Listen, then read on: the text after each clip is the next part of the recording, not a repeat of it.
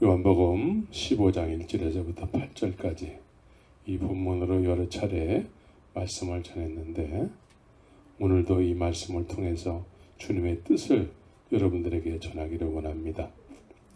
여러분들이 들을 귀가 있기를 소원합니다. 교독하겠어요. 내가 참 포도나무요 내 아버지는 농부라.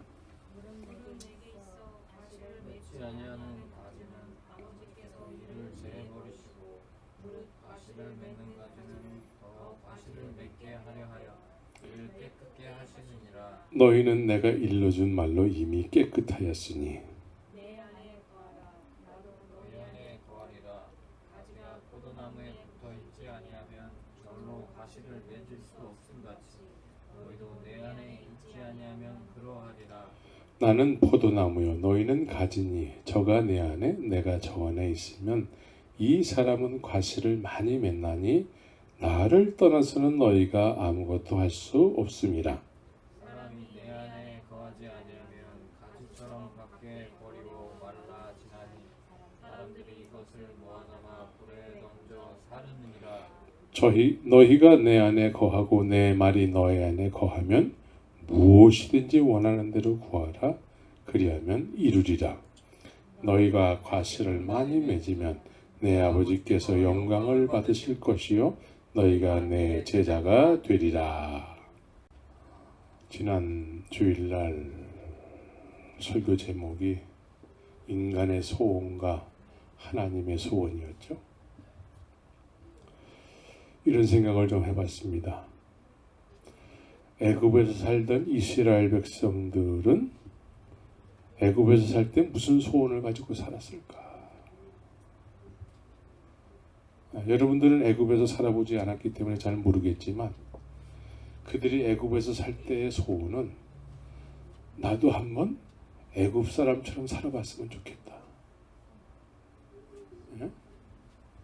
맨날 그 사람들한테 얻어 터지고 그리고 그 사람들이 시키면 모든 걸 다 해야 되고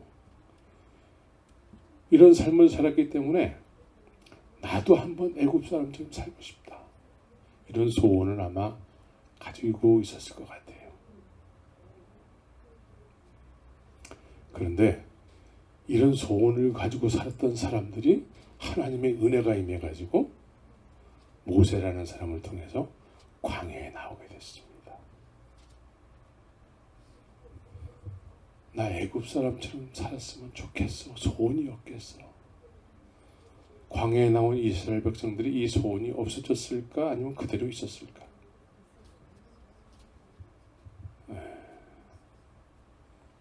하나님의 은혜를 받았는데도 이 소원은 없어져 본 적이 없는 거지요. 그래서 이 소원을 이루어 달라고 이스라엘 백성들은 따로 하나님의 은혜를 받았음에도 불구하고 바알이라는 우상을 만들게 되는 것이죠. 이 광야 교회가 이 시대에도 많이 있어요. 가난하게 살던 사람들이 늘 찌드는 삶을 살았던 사람들이 하나님의 은혜를 받고 교회 안에 들어왔어요.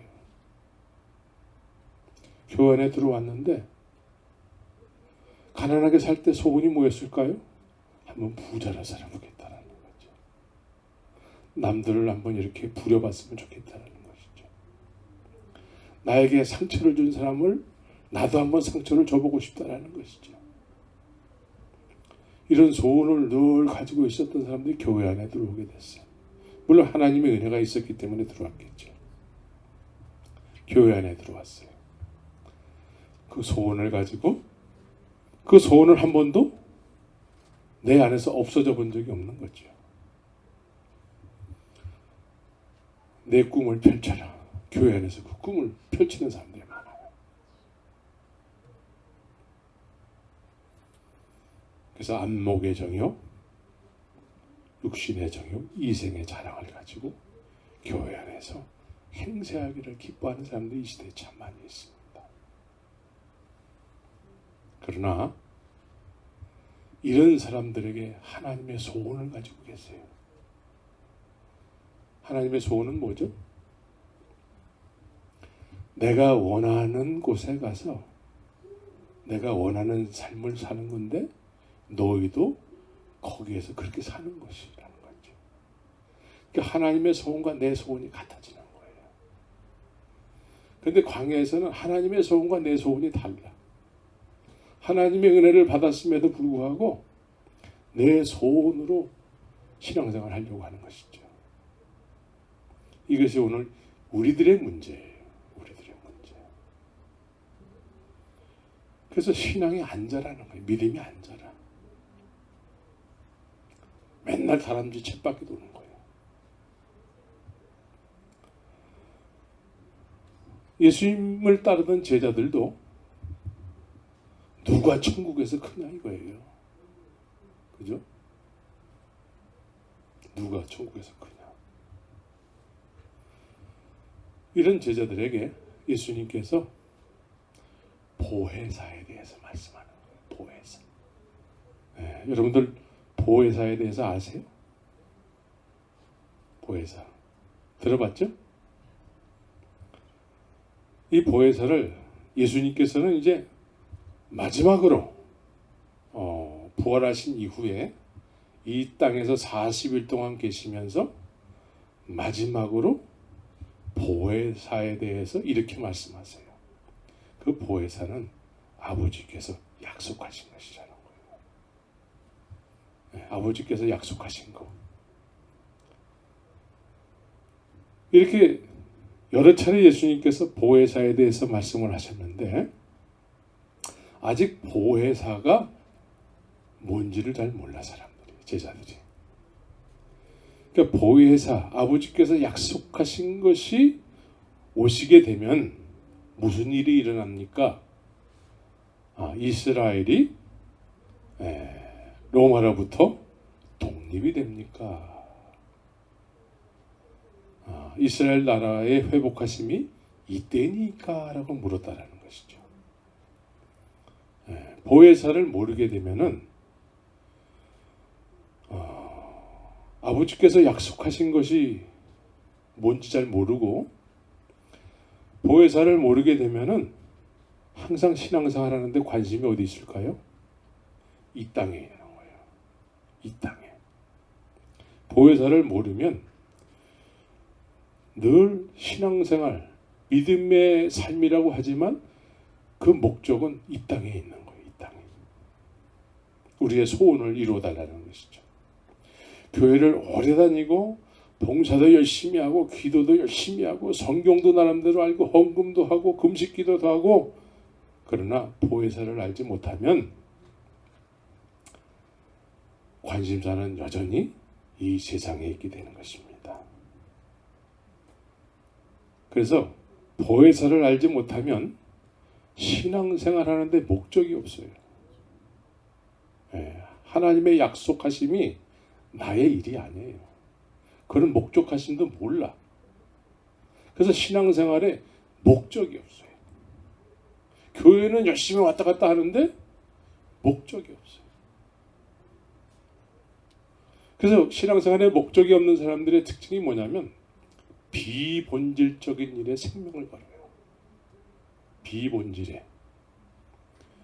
그래서 교회에서 누가 더 높으냐? 이 교회 누가 더 먼저 왔느냐 이거죠. 누가 더 열심히 하느냐?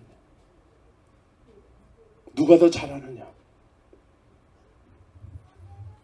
보혜사를 모르면 이런 것들에 대해서 대단한 관심을 가지고 있고 그 비본질을 본질로 알게 되는 것이죠. 이 보혜사를 모르면 오늘날 지금 이 시대에는 가장 우리에게 관심거리가 뭐예요? 트럼프가 되느냐 바이든이 되느냐 이거예요. 근데 이 일은 누가 주관하는 것이죠? 예수님께서 말씀하신다면 뭐라고 말씀하실까요? 그것은 너네들이 신경 쓸 일이 아니라는 거예요. 누가 신경 써요? 그건 아버지께서 하시는 일이라는 거예요. 믿습니까? 트럼프가 되면 여러분들의 믿음이 더 좋아질까요? 그냥 지금의 삶에 대한 현상 유지 중엔 신앙생활에 목적이 없는 그런 신앙생활하는 경우가 많이 있게 되는 것이죠. 목적이 없어. 교회는 다니는데 오랫동안 교회는 다니는데 왜 다니는지 몰라. 구원은 받았다고 하는데 구원받지 않은 삶을 사는 거야.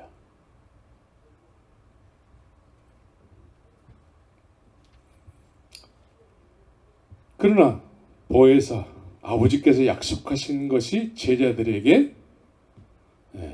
왔다면 우리들에게도 올 수 있겠죠? 우리들뿐만 아니라 나에게도 올 수 있겠죠? 그래서 보혜사가 오시게 되면 무슨 일이 일어날까요? 예수님은 이제 제자들에게 말씀하시고 이제 하늘로 가신단 말이에요. 하늘로 가신 이후에 제자들에게 너네들은 앞으로 이러한 삶을 살아야 돼 하시면서 하신 말씀이 뭐냐면 가서 모든 족속으로 제자를 삼으라는 거예요. 예수님은 더 이상 안 계셔. 예수님 계실 때에도 십자가로 가셨을 때도 3번 막 부인하고 그랬잖아요. 근데 예수님이 안 계신 상태에서 제자를 삼는다라는 일이 이게 가능한 일이에요. 그런데 보혜사가 오시면은 그 일이 가능하다는 것이죠.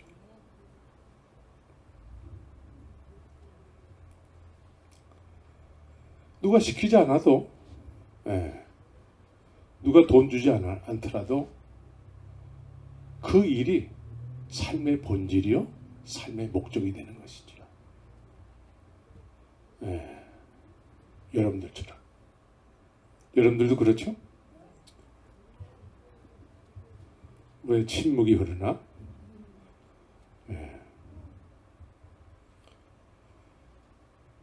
예수님께서는 요한복음 14장 12절에서 이런 말씀을 하세요.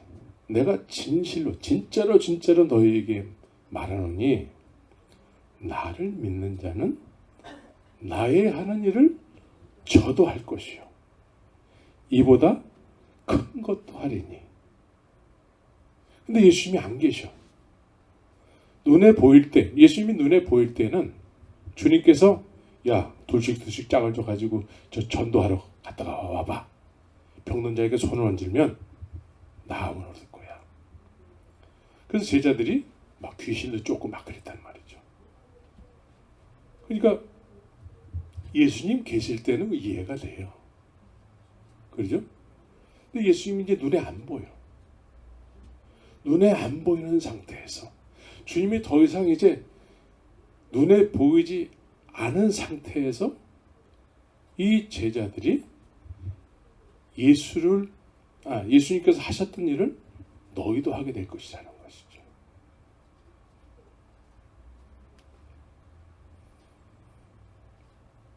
여러분들은 지금 예수님을 분명히 믿지 않습니까? 믿습니까? 안 믿습니까? 네. 믿으면 나의 하는 일을 저도 할 것이요.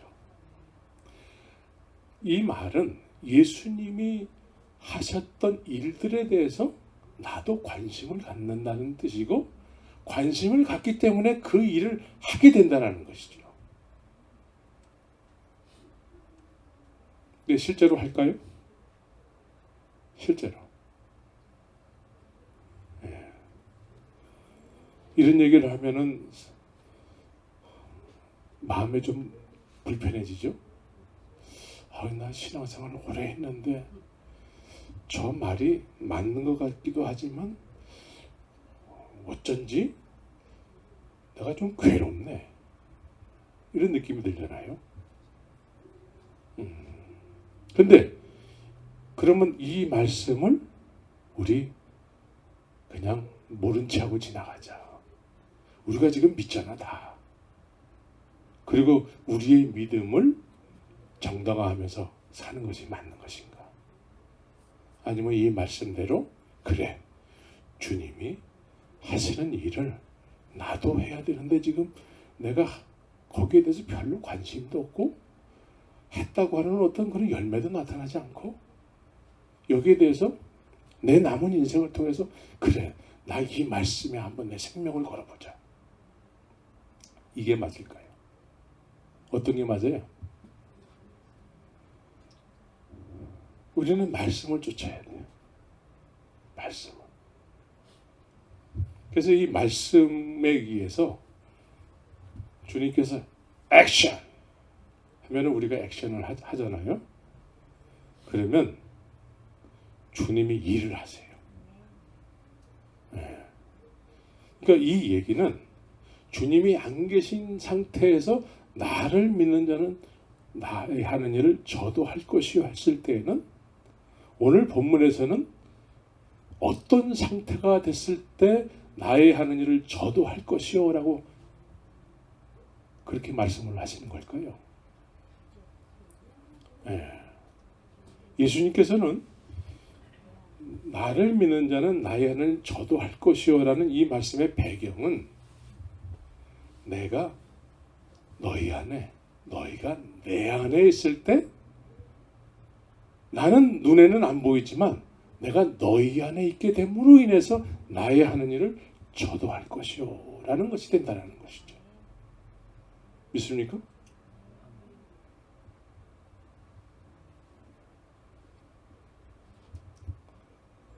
그래서 우리가 이런 정말 주님이 원하는 믿음의 삶을 살기를 시작하는 시작의 단계는 도대체 뭐냐?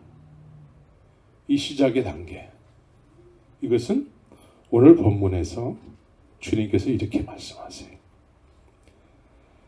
너희는 내가 일러준 말로 이미 깨끗하였으니 그래요. 주님께서 내가 너희에게 일러준 말이 있다라는 거예요. 일러준 말이 있어야지만 이 말에 의해서 우리가 주님이 내 안에 내가 주 안에 있는 깨끗해짐으로 인해서 주님이 내 안에 내가 주 안에 있게 된다는 거예요. 그러니까 이 주님께서 우리에게 나에게 일러준 말이 없으면은 어떻게 될까요? 주님께서 일러준 말이 없을 때에는 하나님께서 말씀을 이루실 만한 것이 없는 거예요. 나에게 하나님께서 일러준 말이 있어야 되는데 하나님께서 나에게 일러준 말이 없잖아요. 그럼 하나님께서 나에 대해서 이루셔야 될 일이 없는 거예요. 이해가 되시죠? 그래서 우리는 말씀을 중요시 여겨야 돼요. 말씀 없이 신앙생활 하면은 오랫동안 신앙생활을 했지만 하나님께서 그 사람을 통해서 이루셔야 될 그런 일들이 없기 때문에 아무 일이 없는 거예요.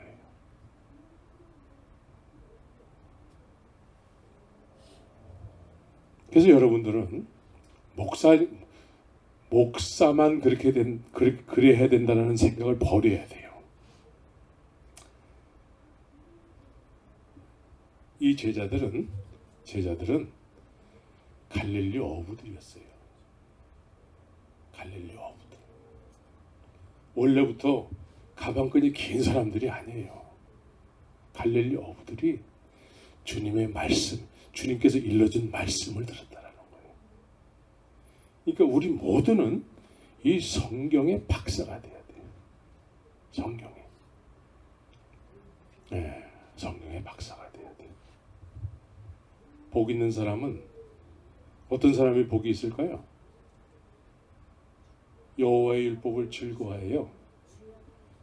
주야로 묵상을 한대. 그 말을 우리가 오랫동안 알았잖아요. 아, 복 있는 사람은 여호와의 율법을 즐거워하고 주야로 묵상하는 사람이래. 그런데 그렇게 안 하면서 그 말씀만 안다고 해서 복 있는 사람이 되는 게 아니에요. 실제로 그렇게 해야 돼요. 실제로 그렇게 해야지만 내가 복 있는 사람이 되는 거예요. 근데 그 말씀 자체를 안다고 해서 나는 복 있는 사람이야? 이건 착각 속에 있는 거예요.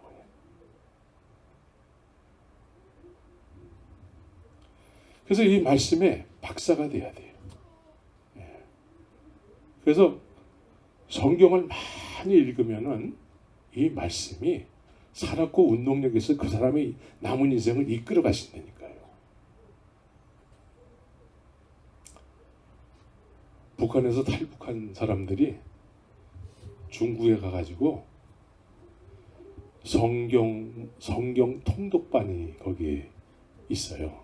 지금은 없는데 그 사람들이 이 성경을 막 100독씩 막 하는 거예요.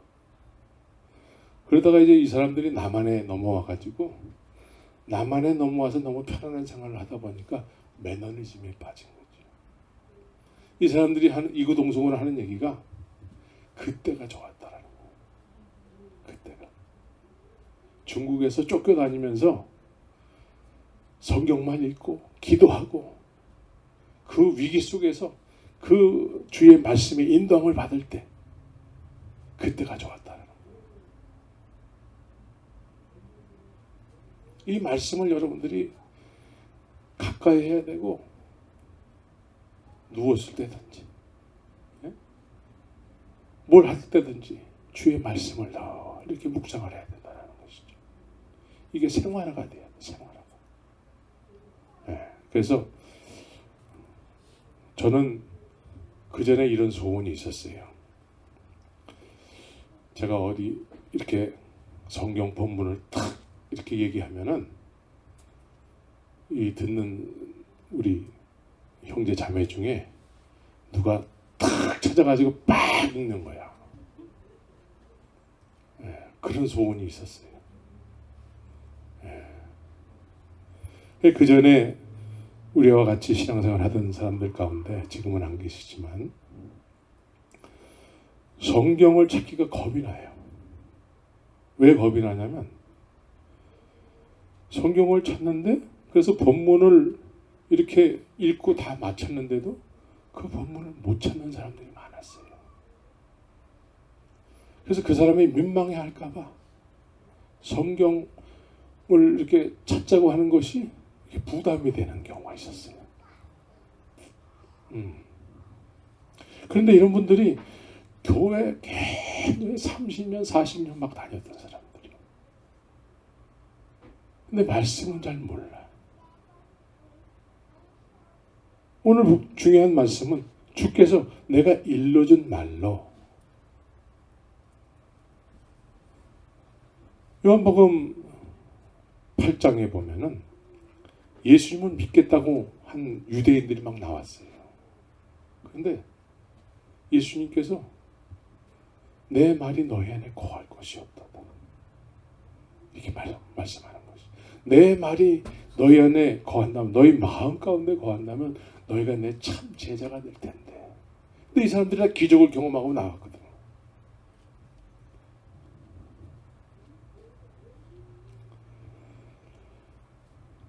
하나님은 나에게 말씀을 선포하셨죠. 하나님께서 우리에게 일러준 말로 이 우주에게 그 말씀을 선포하잖아요. 그럼 해가 생기고 달이 생기고 별이 생겨요. 믿습니까? 이 말씀을 우리에게도 하신 거예요. 그래서 하나님께서는 하나님을 모르는 이 세상 모든 인생들에게 하나님이 말씀하셨는데 어떻게 말씀하셨어요? 예수로 말씀하셨어요. 예수로. 그 예수님은 원래 이 세상에 오시기 전에 어떻게 계셨어요? 말씀으로 계셨어요. 말씀으로. 믿습니까? 말씀이 육신이 되신 분이에요. 그래서 하나님께서 내가 세상을 이처럼 사랑하사 독생자로 얘기했다라는 거예요. 독생자. 독생자로 얘기하셨어요. 이해가 되시죠? 그래서 사도들은 요한일서에서 이렇게 얘기를 해요. 요한일서에서 예수님을 우리가 보기도 하고 듣기도 하고 만져부터 봤다 이렇게 얘기하지 않아요. 예수님을 생명의 말씀에 대해서 예수님을 생명의 말씀으로 얘기하고 있다는 거예요. 생명의 말씀을 듣기도 하고 보기도 하고 만져도 봤다는 거예요. 누가? 제자들이, 사도들이, 특별히 사도 요한이 그렇게 얘기를 하는 것이죠. 그래서 하나님께서는 나에게, 우리에게 어떻게 말씀하셨어요? 예수로 말씀하셨다라는 거예요. 예수. 예. 그래서 예수님께서 내가 너에게 일러준 말로, 일러준 말이 있어야 된다는 거예요. 그것이 시작이 돼서 그 일러준 말이 완성이 되면은 너희는 이미 깨끗하였으니 내가 너희 안에, 너희가 내 안에 있게 된다는 것이죠. 근데 이렇게 말씀하셨는데도 불구하고 제자들은 아직 이 말씀이 온전히 이루어지지 않았기 때문에 막 부인도 하고 막 그런단 말이에요. 그죠?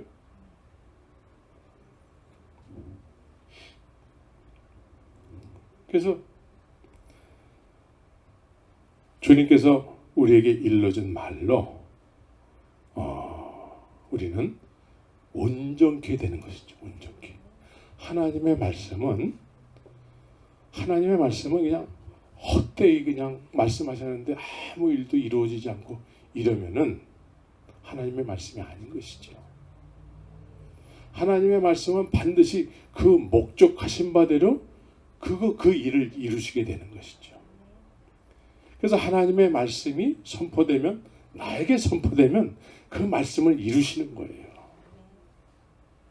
하나님의 나에게 하신 말씀이 이루어져야 되는 것이 아니겠어요? 하나님의 말씀이 나에게 선포됐으면 그 말씀이 이루어져야 돼. 그래서 우리가 깨끗해지는 것이죠. 거룩해지는 거예요. 거룩해지는 거예요. 그래서 하나님이 예수로 말씀하셨을 때에는 말씀을 예수님께서 이루시게 되는 것이죠. 어떻게 이루세요? 하나님께서 나에게 일러준 말을 예수님께서, 말씀 자체이신 예수님께서 그 말씀을 이루시는데, 주님께서 이제 이런 말씀을 하세요. 요한복음 10장에서 나는 선한 목자라. 나는 양을 위해서 목숨을 버린다라는 것이죠. 그러면 목자 되신 예수님, 선한 목자 되신 예수님이에요.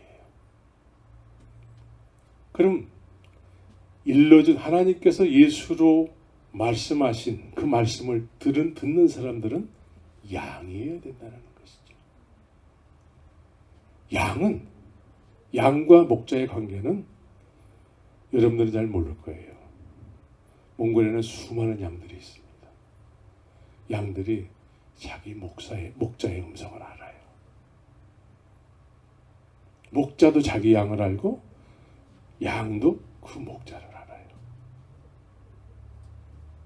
그래서 그 목자 되신 예수님께서 그 양을 위해서 목양에 관계된, 그런 목자와 양에 관계된 관계를 통해서 선한 목자이기 때문에 그 말씀을 이루시기 위해서 어떻게 하세요? 자기 목숨을 버리게 되는 것이죠. 말씀을 이루기 위해서. 그래서 십자가에서 죽으시는 것이죠. 십자가에서 죽으시고 부활하시는 것이죠. 그래서 마지막으로 주님께서 하시는 말씀이 뭐예요? 십자가에서 다 이루었도다. 내가 하나님께서 우리에게 일러준 말씀을, 말씀 자체신 예수님께서 십자가에서 다 이루셨대요. 너희는 이제 깨끗해졌다라는 것이죠.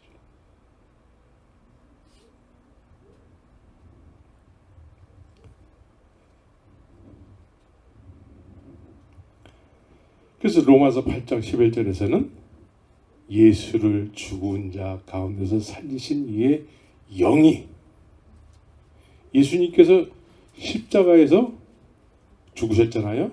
이때 살리신 영, 항상 말씀과 성령은 같이 가세요. 하나님이 말씀하시면 그 말씀을 누가 이루세요? 성령이 이루세요. 그래서 삼위일체. 그래서 선한 목자이신 예수님께서 양을 위해서 이제 십자가에서 죽으시는 것이죠. 죽으셨는데 그 죽음에서 살리신 영, 누가 살리셨어요? 성령이 살리셨어요. 그래서 너희 안에 거하시면 그리스도 예수를 죽은 자 가운데서 살리신 이가 너희 안에 거하시는 그의 영으로, 너희 안에 거하시는 그의 영. 그래서 이 그리스도의 영이 없으면 그리스도인이 아니래요. 여러분들이 좀 이해가 됐으면 좋겠습니다. 그리스도의 영이 없으면 그리스도인의 삶을 살 수가 없대요. 그리스도인의 삶을 살 수가 없어요. 그래서 주님께서 우리에게 일러준 말씀을 예수님께서 온전히 이루심으로 인해서 우리는 깨끗함을 얻어야 되는 거예요. 깨끗해져야 돼요. 거룩해져야 되는 것이죠. 거룩해지지 않으면은 우리는 주님 앞에 나갈 수가 없어요. 구약 성경에 보면은 엘리야가 이제 50명씩 이렇게 막 엘리야 앞에 나와가지고 이렇게 하나님 앞에 막 이렇게 구하는 어떤 그런 장면이 있어요. 그랬더니 엘리야가 불이 임하게 해가지고 그 50명을 막 죽여버려요. 그러니까 두 번째 50명이 나왔는데도 또 죽여버려요. 세 번째 나왔는데 우리의 생명을 좀 조금만 귀하게 여겨주세요. 막 이렇게 구하거든요. 거룩해지지 않으면은 이 불이 임했을 때에 다 죽어버려요. 거룩해지지 않으면. 근데 거룩해져야 되지만 불이 임했을 때 우리가 살아나는 거예요. 있습니까? 그래서 성령과 불로 세례를 받을 것이요. 많은 사람들이 성령과 불을 여러 가지로 해석했는데 제자들의 삶의 시작은 말씀이신 예수님과 함께 하시는 성령에 의해서 제자들이 그 성령 체험을 하게 된 것이죠. 오병이의 기적도 맛보고 또 고기를 한 마리도 못 잡았던 베드로가 고기를 많이 잡기도 하고 그래서 예수님이 진리가 되신다라는 걸 그 성령을 통해서 깨달은 걸 얻은 것이죠. 이해가 되십니까? 그래서 성령의 역사로 주님께서 너희들 둘씩 전도대로 가가지고 이제 내가 원하는 일을 좀 해봐라. 이게 주님이 말씀하시니까 누가 역사하세요? 성령이 역사하신단 말이에요. 그래서 제자들이 성령의 역사로 막 그런 일들을 했어요. 그래서 성령에 대해서 이 사람들이 익숙해요. 베드로는 무리도 한번 걸어봤잖아. 몇 발자국이지만. 예? 막 귀신을 막 내쫓고. 근데 이랬던 사람들이 주님 십자가로 가시겠다니까 모른대 예수님을. 너 그 제자잖아. 얘가 왜 이래? 돌았어? 그러면서 예수님 막 저주하면서 부인하잖아요. 왜 그럴까요? 성령은 경험했는데 불이 없어서 그래요. 불이 없어서. 불은 뭐예요? 아직 깨끗해지지 않았기 때문에 주님이 이 사람들 안에 그리스도의 영으로 임하지 않았기 때문에 그래요. 그러니까 우리도 마찬가지예요. 여러 가지 성령의 역사를 경험했죠. 근데 삶 속에서 베드로처럼 막 부인한 적이 있나요, 없나요? 네, 많죠.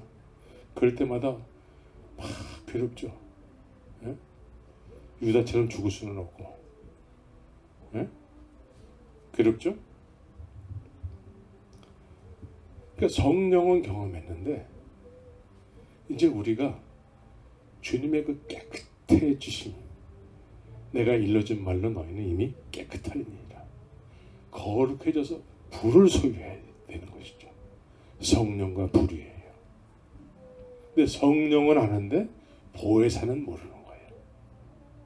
보혜사를 모르니까 성령은 경험했는데 늘 관심은 어디가 있습니까? 이 세상에 있어요. 이 세상.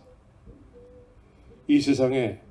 그래서 우리 이미 신앙생활 하고 있으니까 이제 100세 시대니까 우리 장수하자. 장수의 복을 누리자. 950년 막 이렇게 살았던 사람들이 있잖아요. 그 사람들이 마지막은 어땠어요?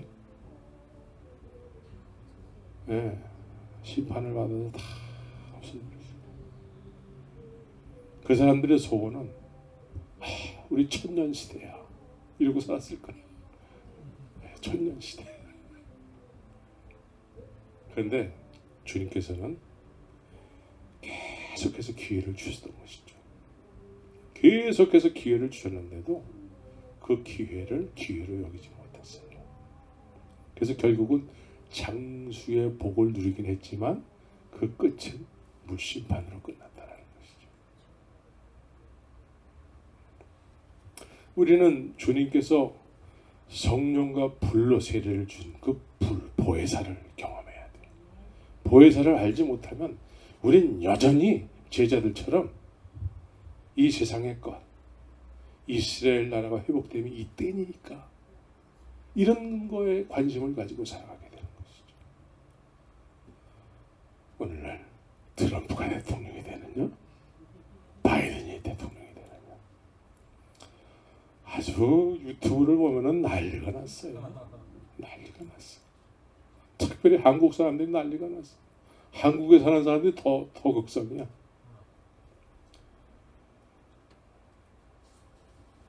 그래서 우리는 주님이 일러준 말씀에 의해서 그 말씀이 완성되어졌으면 이제 우리는 거룩해짐으로 해서 불을 기다려야 되는 거예요. 불을 소유하게 되면은 우리의 삶의 목적 있잖아요. 살아가는 이유. 이것이 오직 주님의 영광을 위해서. 관심이 다 거기에 가는 거예요. 관심. 그렇죠? 네. 그래서 이렇게 되지 못하고 그냥 광야에 나온 이스라엘 백성들처럼 그냥 먹는 거, 입는 거 여기에 늘 관심이 있게 되면은 히브리서에서는 이렇게 얘기를 해요. 때가 오래므로 너희가 마땅히 선생이 되어야 되는데 다시 하나님의 말씀의 초보가 무엇인지를 누구한테 자꾸 배워야 된대요. 때가 굉장히 오래됐대요. 그래서 선생이 될 때가 됐는데도 아직 선생이 되지 못하고 늘 옛날에 알았던 거를 또 누구한테 배워서 그걸 계속 반복한다는 거예요. 그래서 이런 사람들은 대저 젖을 먹는 사람이에요. 젖을. 네. 젖을 먹는 사람들은 어린아이니 의의 말씀을 경험하지 못한 자요. 이렇게. 의의 말씀을 경험하지 못했대. 그러니까 말씀에 별로 관심이 없다는 거예요. 주님께서 일러준 말씀에 대해서 별로 관심이 없대요. 그러면 늘 하나님의 은혜는 받았어요. 놀라운 성령 체험도 하고 막 신비한 경험도 막 했는데 일러준 말씀에 대해서는 별로 관심이 없고 그런 것들. 우리는 의의 말씀을 경험해야 되는 거예요. 주님께서 우리에게 일러준 말씀. 그 말씀이 이루어져야 돼요. 이루어져야지만 우리가 거룩하고 깨끗해지는 것이죠. 그래서 우리에 대한 말씀이 이루어지게 되면 이제 내 안에 거하라. 이렇게 얘기를 우리가 거룩해지지 못하면은 주님 안에 거할 수가 없어요. 주님도 내 안에 거하실 수가 없어요. 겉으로는 다 경험했을 수 있어요. 그래서 거룩해짐으로 해서 내 안에 거하고 나도 너희 안에 거하는 관계가 됐을 때에는 우리가 특별히 나 열매 맺어야지 이럴 필요가 없다라는 거예요. 절로 과실을 맺나니 이렇게 얘기한다는 것이죠. 저절로 과실을 맺게 된대요.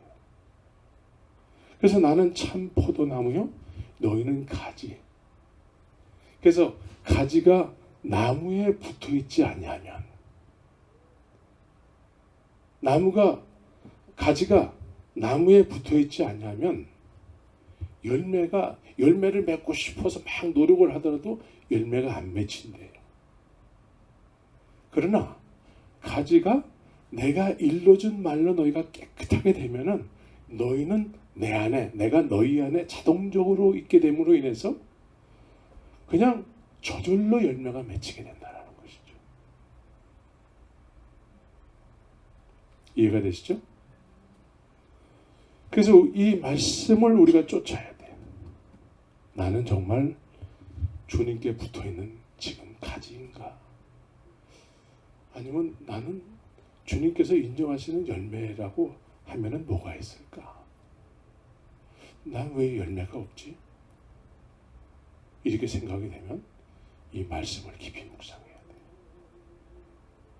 열매는 저절로 붙어있기만 하면 저절로 맺히는 거예요. 그렇죠? 그래서 이 말씀 앞에 여러분들이 겸손하게 무릎을 꿇어야 돼요. 무릎을 꿇어야 돼요. 남들 저 사람 저렇게 믿는데 그래도 내가 저 사람보다 낫잖아.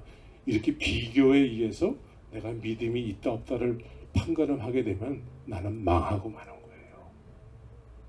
나는 망하고 마는 거예요.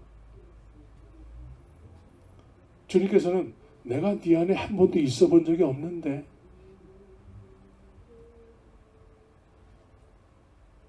그래서 일방적으로 많은 사람들이 나 신앙생활 열심히 했어요. 주님 나 아시잖아요.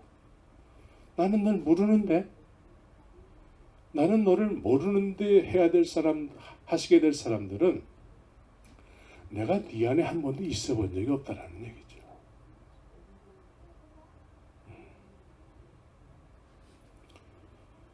그런데 우리 겉으로는 다 은혜 받았어요. 과거에 여러분들 과거를 생각해 보세요. 은혜 받았죠? 네, 여러 군데서 받았잖아. 한두 번이 아니잖아요. 그죠? 근데 정말 왜 우리에게 그런 은혜를 베풀어 주셨는가? 그것은 이스라엘 백성들 하나님께서 왜 출애굽시켰는가? 같은 거죠. 왜 출애굽시켰어요? 광야에서 만나와 메추라기 먹으면서 살게 하기 위해서? 가나안 땅에 들어가 살게 하기 위해서. 그래서 하나님의 소원과 나의 소원이 같아진 삶을 살게 하기 위해서. 그렇죠?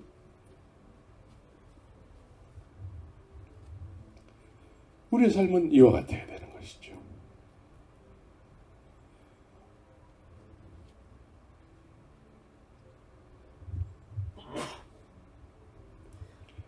그래서 열매를 맺는 데 있어서 제일 첫 번째가 내가 일러준 말에 의해서 우리가 거룩하고 깨끗해져야 된다는 것이죠. 내가 일러준 말은 하나님은 나에게 예수로 말씀하셨다는 것이죠. 예수로 말씀하셨어요. 말씀이 육신이 되셔서 내가 너를 사랑한단다. 네. 그래서 나를 따라오너라. 주님께서 계속 따르는 양무리에게 제자들에게 말씀을 전하시는 거죠. 그 말씀을 듣고 제자들은 영생의 말씀을 알았다는 거예요. 영생의 말씀. 여러분들이 하나님의 말씀을 영생의 말씀으로 알고 있습니까? 영생의 말씀으로 알게 된 사람들은 예수님을 부인하지 않고 계속해서 쫓아가는 것이죠. 그러나 영생의 말씀으로 알지 못한 사람들은 오병이의 기적을 맛봤을지라도 그것을 맛보기 위해서 예수님을 찾았는데 그거 가지고 나를 찾지 말아라 이렇게 말씀하는 것이죠. 영생의 말씀을 쫓아야 돼요. 영생의 말씀을 쫓는 사람들에게 주님께서 십자가에서 죽으시는 것이죠. 선한 목자시기 때문에. 그래서 이제 내가 너희 안에 살고 싶으시다는 것이죠. 예수님께서 내가 너희 안에 살고 싶어. 또 너희는 내 안에 좀 살아라. 십자가 없으면 안 되는 거예요. 십자가가 없으면 안 돼요. 주님의 십자가가 없으면 안 돼요. 십자가를 통과해야지만 되는 것이죠. 그러면 우리는 주님에 의해서 이제 너는 내가 일러준 말로 깨끗하였으니 내 안에 거하라 나도 너희 안에 거하시겠다라는 것이죠. 그러면 열매를 그냥 그 삶 자체가 열매 맺는 삶이 된다는 거예요. 예수님은 더 이상 세상에 계시지 않지만 가서 모든 족속으로 제자를 삼는 일에 관심을 갖게 된다는 것이죠. 그럼 우리는 이제 선교사로 멀리 가야 되는군요. 그게 아니죠. 성령이 임하면 너희가 권능을 받고 예루살렘과 유다와 사마리아와 땅끝까지. 그래서 이 사도들 중에 특별히 베드로 이런 사도들은 예루살렘을 지켰어요.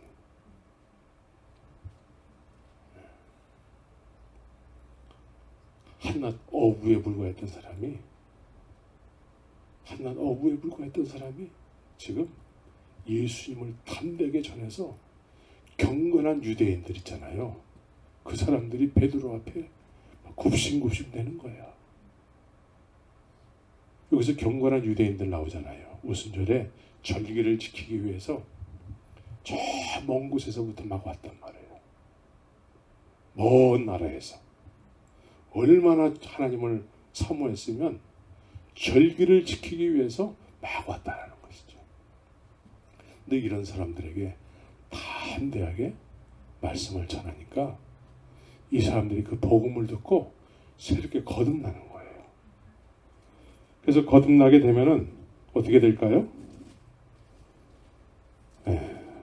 그래서 베드로전서를 보면은 베드로전서 첫 번째가 예수 그리스도의 사도 베드로는 본도, 갈라디아, 갑바도기아, 아시아와 비두니아에 흩어진 나그네 곧 하나님 아버지의 미리 아심을 따라 성령의 거룩하게 하심으로 순종함과 예수 그리스도의 핏부림을 얻게 하여 택하심을 입은 자들에게 편지한다 그래요.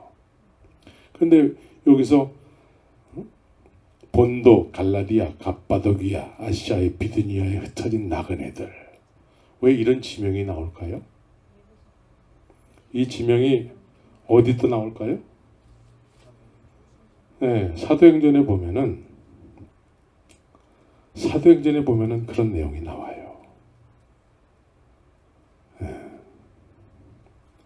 2장 9절에 보면은 8절에서 보면은 우리 각 사람의 난 곳 방언으로 듣게 되는 것이 어찌미뇨 우리는 바데인가 메데인가 엘림인가 또 메소포타미아 유대와 가바도기아 본도와 아시아와 부르기아 이런 지명이 나온단 말이에요. 이 경건한 유대인들이 여기에서부터 절기를 지키기 위해서 왔다라는 것이죠. 그런데 한낱 어부에 불과했던 베드로의 복음을 듣고 이 사람들이 거듭나게 된 거예요. 성령으로 거듭나게 되니까 이제 자기들이 난 곳으로 다시 돌아갔단 말이죠. 그곳에서 어떻게 살았을까요? 이제 이들의 삶은 오늘 본문에 의하면은 내가 일러준 말로 너희는 깨끗하였으니 이제 주님이 이들 안에 이들이 주 안에 있는 삶을 살게 되는 것이죠. 그래서 그냥 열매가 나타나는 것이죠. 열매가. 우리는 이런 내가 일러준 말에 의해서 깨끗하였으니 이런 다음에 우리는 어떤 상태가 되어야 된다는 것이죠. 어떤 상태가 되어야 될까요? 주님이 내 안에 내가 주 안에. 근데 이 말은 이 단어는 우리가 오래전서부터 쓰고 있었어요. 오래전서부터. 그러죠? 그런데 오늘 본문에서는 이런 관계가 되면은 절로 과실을 맺나니 이렇게 얘기한다는 것이죠. 그러니까 이런 상태가 된 열매가 저절로 나타난다는 거예요. 근데 우리는 오래전부터 이런 단어를 써왔는데 글쎄 열매라는 건 별로 우리가 생각하기 나름이지만 뭐 그렇게 막 뚜렷하게 열매라고 하는 것이 뭐 별로 없네요. 뭐 이럴 수밖에 없다라는 거죠.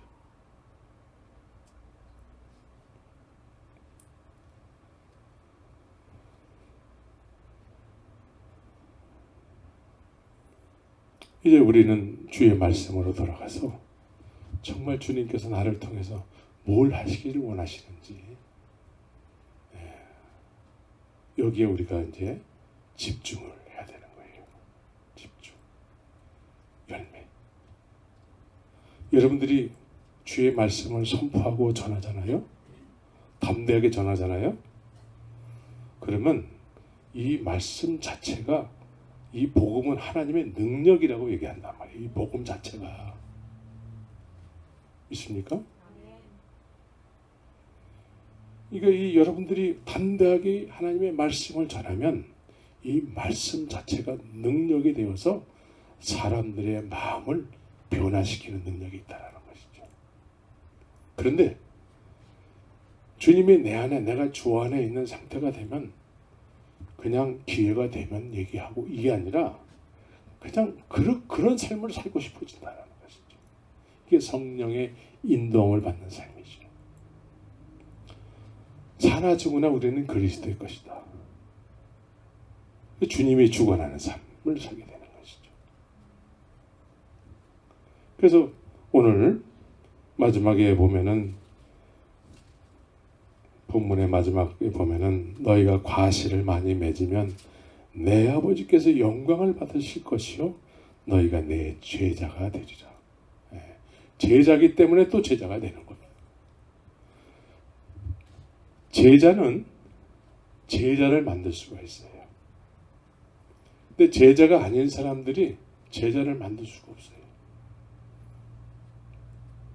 여기서 제자는 어떤 사람이에요? 여기서 제자는 하나님을 하나님에 의해서 알게 된 사람들이에요. 네? 근데 오늘날 많은 경우에 하나님을 어떻게 알죠? 사람을 통해서 알 수밖에 없어요. 구조가. 또 성경은 또 복음을 통해서 하나님을 전하라고 얘기하기 때문에 사람을 통해서 우리가 하나님을 알 수밖에 없거든요. 그런데 사람을 통해서 하나님을 아는 수준에 머물게 되면은 광야에 나온 이스라엘 백성 수준으로만 머무르고 있는 거예요. 그래서 모세가 없어지면 이상한 행동을 하는 거예요. 모세가 없으면 늘 모세 담임 목사, 부목사 누구예요? 아론이에요. 아론. 담임 목사가 없잖아요? 그럼 부목사 아론은 이상한 짓을 해요. 돈 가지고 막 장난을 쳐. 그래서 금송아지를 막 만드는 거죠. 그래서 그것이 우리의 하나님이라고 얘기하는 거예요. 그래서 이